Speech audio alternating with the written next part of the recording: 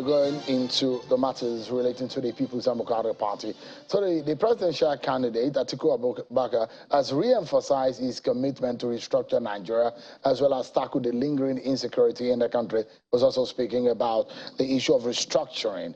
He was in Enugu State where he held a Southeast Stakeholders Consultative meeting in furtherance of his consultation ahead of the 2023 election. Take a listen to Atiku Abubakar.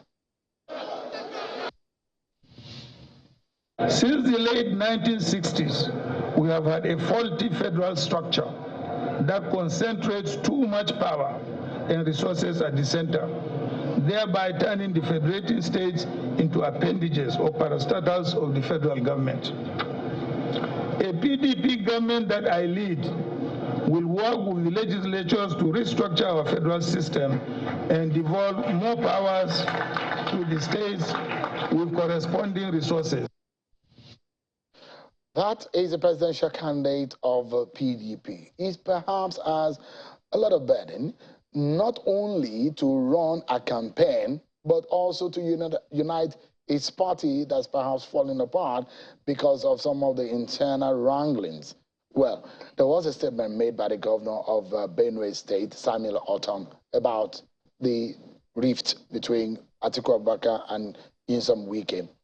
So the governor said that basically refuting claims that he broke away from his River State counterpart, Nyesom Wike. He was talking to journalists after a meeting with caucus members of the PDP from the Northwest Senatorial District. Governor Ortom said that nothing will make him leave Wike. Take a listen to him.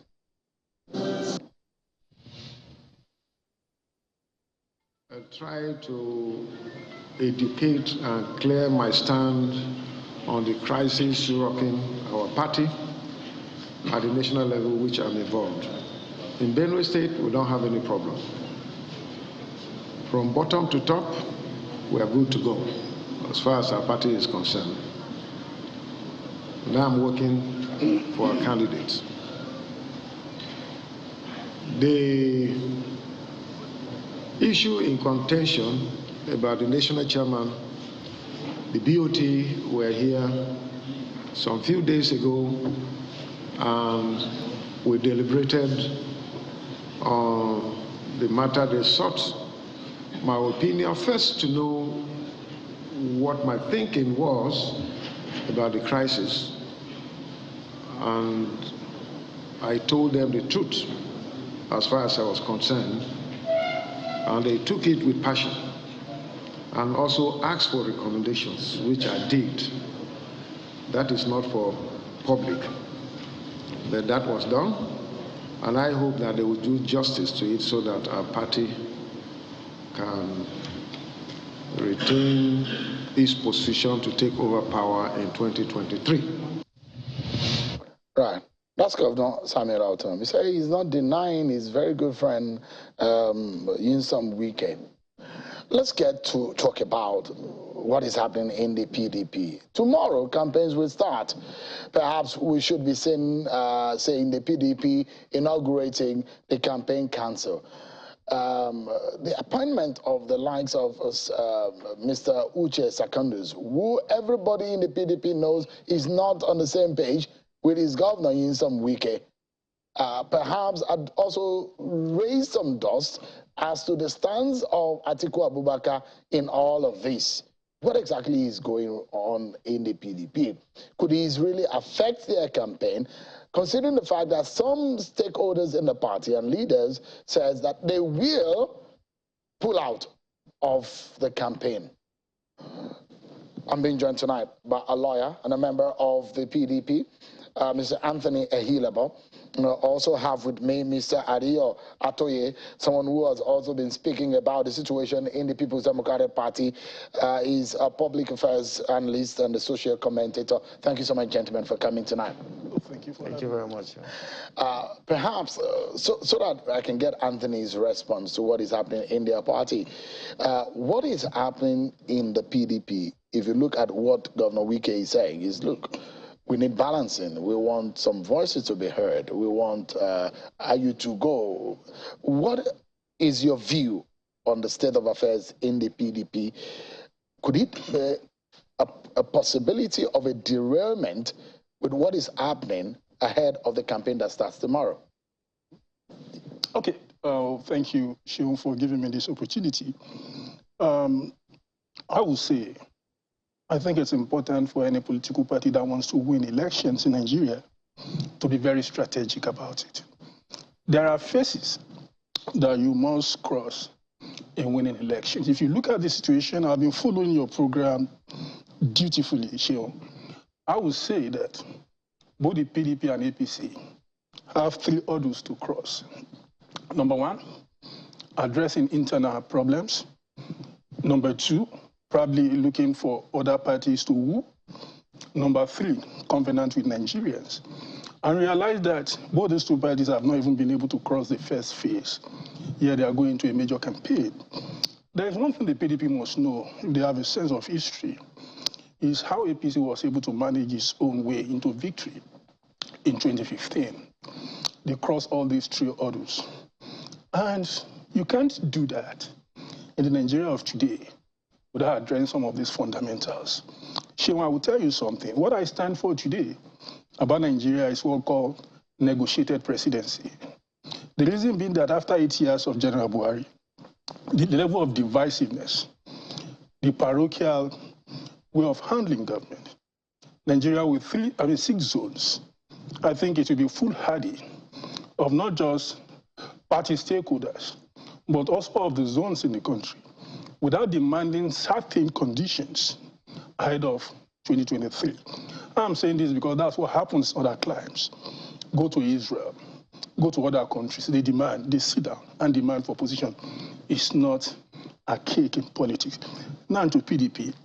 Now look at what the issue of Wiki and Atiku and Ayu. Although now they are going to campaign, the issue will have been better resolved 2 months, some weeks ago.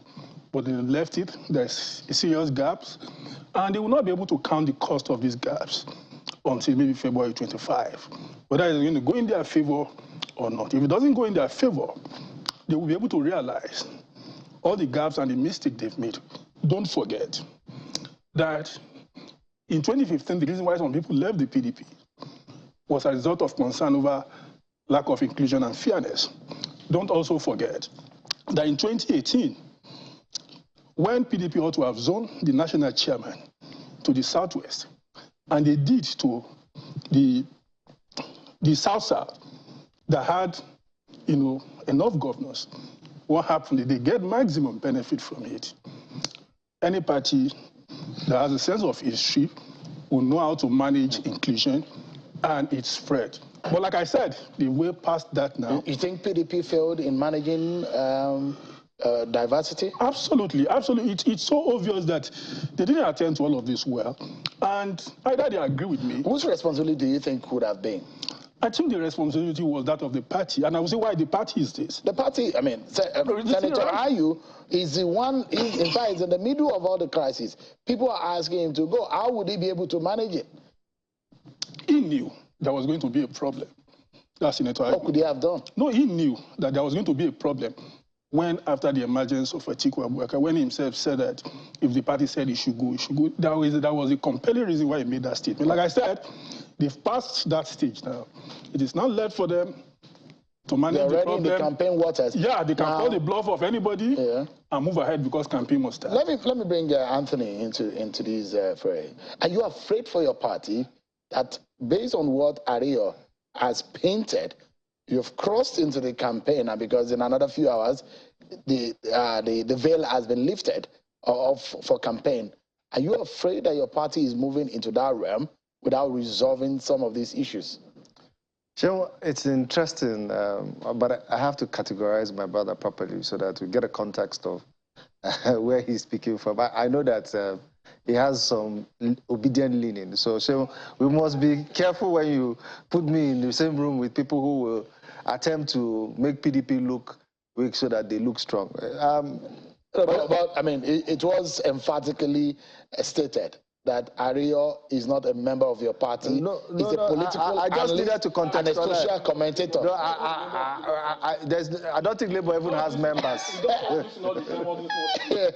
I'm not bothered. But you know, He's a lawyer. anytime I see him, I tell him because I read his tweets. But anyway, I think the point I really, we're going into, and I say this, APC has postponed their campaigns indefinitely.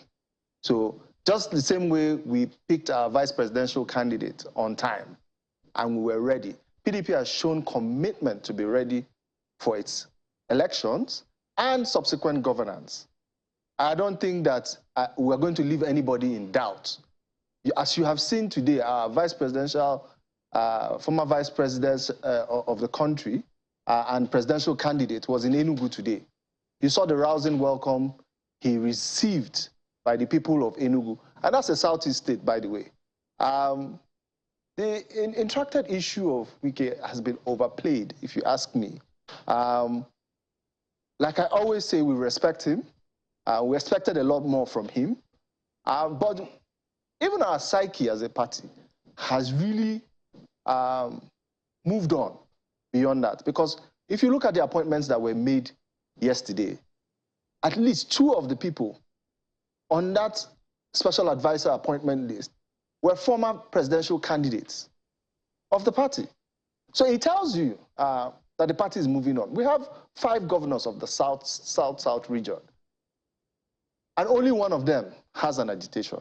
I think for me and as a member of the party, it means that we are positioned properly. We may have that slight issue. I do believe that the momentum of the campaign is enough to show anybody the direction Nigeria is going. So, I mean, apologies to cut in. And I asked that question, whether you had fear. No, absolutely about, not. Absolutely so the reason why I asked, if you look at the caliber of people who sat in Port Harcourt and said they were going to boycott the campaign, does it give you any sense of does it give you any jitter whatsoever? You know, the days of one man controlling multiple people are gone with Beavers, with the introduction of Beavers. You know, some of us in the PDP were at the forefront, and if I really will agree with me, anytime he went to protest at the National Assembly for the update of the Electoral Act bill, we were there with him. Just because we believed in the process. So I'll tell you what's going to happen. No matter what you say, no matter what an individual says as a governor, the state, the people of the state, know the direction they want to go. PDP, Rivers State is a traditionally PDP state. They have candidates on the ballot. So we've moved beyond that. Look, campaigns are starting tomorrow. One campaign has postponed indefinitely their campaign. I know you've run for election in your state, Edo. Yes. And you understand the ramification of how elections are won. You have conjoined elections. Yes. You have National Assembly elections on the same day with a presidential election. And you see that on the same political party, the result goes in opposite direction. It's almost... So, I mean, these are some of the scenarios that are being painted in Port Harcourt that if things are not well handled, that election in that state could go in that way. So each man has 1 vote. The governor or whoever is not with the party candidate, if at all, that's true, because he hasn't said that to anybody. Even Governor Autumn today did not even call for the resignation of the party chairman. He cannot do it. I can tell you he cannot. Could that be a possible call for Senator Ayu's side? Listen, there are political dynamics that underpin such conversations. And you know, you talked about the caliber of people around. Are they really with him? Those of you that go to Port Harcourt know the thank you for coming that is usually accompanied with going there. I don't understand what you mean. Well, I haven't been to Port Harcourt, so I don't know, but I know that people who go there have thank you for coming. And in your political party? Well, I'm not sure. Most of them were not even from PDP. You remember? Some of them that visited Port Harcourt were not from PDP. So I have not visited Port Harcourt. I don't go there.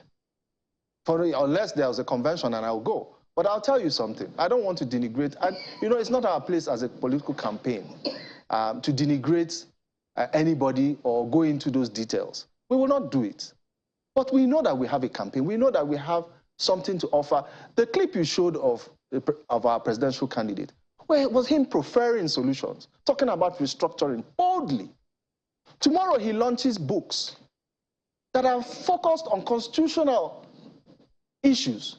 Another one of his books is focused on restructuring. These are intellectual properties. These are intellectual thought processes that he has put out in the public to say, this is who I am. Let me bring back the conversation to Ario. Apologies. It seems to have some. I hope Anthony is not behind your troubles. He's my friend. I'll give you to wrap up this conversation, the campaigns will start tomorrow, and you have raised a big moral question on how the PDP is able to handle the issue of diversity. Beyond everything, the PDP members will tell you that they've been able to handle their matter in a family way. But does it pose any larger, does it have any larger implication on our politics, on the polity? Yeah, I think it does. Apologies. Sorry about that. When you look at what is going on, like I said, PDP itself put in place a benchmark in 1999 on how to govern and manage our political setup. APC copied that in 2014-15, and it helped them. Now, going into 2023, they have a lot to learn from their own past. Like, now they have a third force who is rising bigger and bigger. That's why my friend is trying to accuse me of being we know where a member of a Labour. I'm not. Advertising is. No, I am not. But look, when you see somebody who is doing well, I will commend it. I don't hide my feelings. Look, you know why I'm speaking this way. Immediately I finished PDP primaries. I was in an open space, attended the program, and they put this question. I said, I know that Atiku might want to do one term. You know, there have been history of Atiku doing one term. I know that the way they are going about it, the national chairman will move southwards and all of that. I'm telling you, Sheung, it was an open program. But when they started all these race and crisis and all of that, but like I said, and I want to anchor my position on that, it is the party. I believe that they will have a strategy in place to gain what they will lose in one side and probably do certain things right. However, I think after February 25, everybody will see the score and now fear they've done and be able to manage their crisis. Let me get Anthony's final thoughts on this. And Anthony, there have been series of polls. Your candidate has not been doing so well. And I asked one question from Mario, whether whatever is happening in your party, the issue of diversity has a bigger an implication on the larger Nigerian polity. So, your final thought on this issue? Just to clear the air on those polls, that poll was commissioned by ANAP, the first one you're talking about. That poll was Atedo Peterside, who is a Peter Obi supporter. He commissioned that poll. The sample size on that poll was too small. They undecided. How can 437 people speak for 6 regions? There was another poll that was listed. Have you looked at the polls? Have you looked at the voter turnout in the regions? If you're saying you're getting 56% of a voter turnout in the Southeast that has maybe cumulative 2 million votes, and you're comparing it with the Northwest that has 8 million votes, the voter turnout, the figures were read wrongly. But let me just say something. You know, we have moved beyond where anybody wants to revert back the party. We are going into an election. I have no problems with the chairman coming from the South, but let's do it after we win the election. Thank you so much. That's the take. Thank you so much, gentlemen, for coming tonight. Anthony Ahilaba, a member of the PDP and a lawyer, and Ario Atoye is a socio-commentator and a political analyst. Thank you so much, gentlemen, for coming. Thank you, Sean. That's our show for tonight, everyone. Many thanks for watching. I'm Sean Kimberley. Bye-bye.